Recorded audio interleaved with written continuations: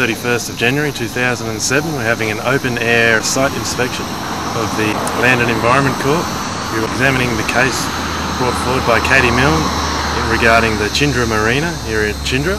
The evidence before the court include the scale of the marina, as well as potential problems from visual impact and flooding. Over there is the proposed development of the Chinderah Marina, which is on a fairly narrow point of the Tweed River, which will sort of impede flood flows, and also there's the risk of debris coming down the river which can get clogged in the marina and also exacerbate any flooding problems by creating a dam, raising the water level in the immediate vicinity, and also causing major damage to the marina infrastructure. Look and see just how little safety margin there is between the top of the river, between the top of the bank and the river already.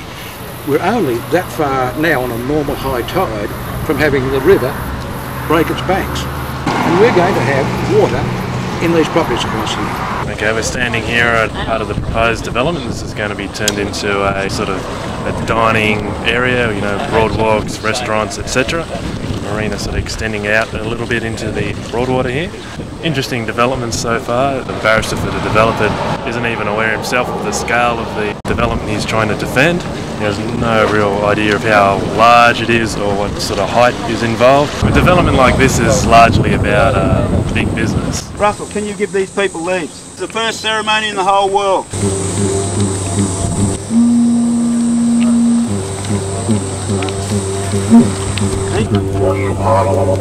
It's a healing fire, and we're trying to heal the world and heal all the people of the world. We can't keep going on like this, destroying everything and then expecting everything to be all right. How do you think you went today?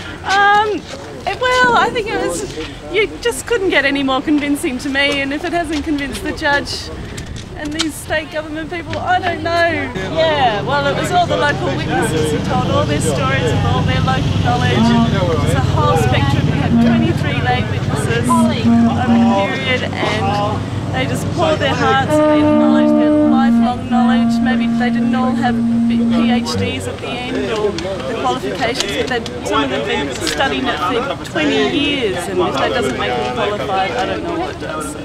How do you think it all went today, Jim? Well, I reckon we won. I was just talking about the fact that they didn't cross-examine anybody, and our solicitor, was of the opinion that the evidence was so good they didn't want to allow any more information to come from our lips.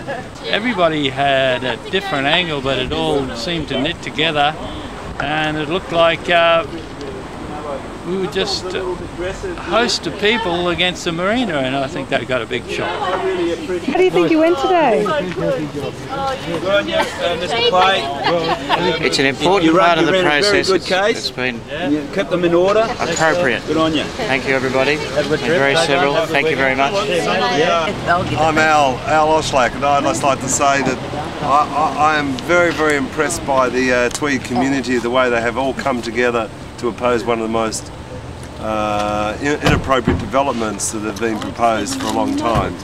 And just to see people from all backgrounds, farmers, cane growers, hippies, members of the Indigenous community, residents associations, former policemen, businessmen, bankers, the fishermen, tourist operators, to a person, they have all opposed and have come together in harmony and unity. This is about the Chinderah Marina on the Tweed River.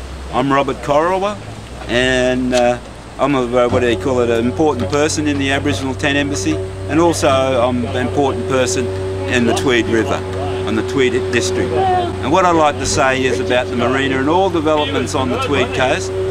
Think about it. The marina, it's going to cover the whole river. The river's under total stress now. It's nearly depleted of all fish. Us here on the East Coast, we've been subjected to all this bullshit for what? Since nearly 100 years of development just entrusted on us over here on the East Coast. We can't stand it anymore.